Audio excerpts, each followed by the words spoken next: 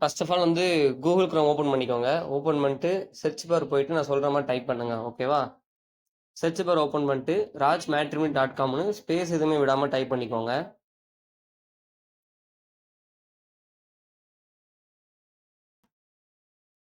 இப்போ டைப் பண்ணதுக்கப்புறம் சர்ச் கொடுங்க. நம்மளோட சைட் தான் ஃபர்ஸ்ட் வந்து நிற்கும். ஸோ ஃபர்ஸ்ட் இருக்க அந்த யூஆர்எல் தான் நம்மளோட. கிளிக் பண்ணிக்கோங்க.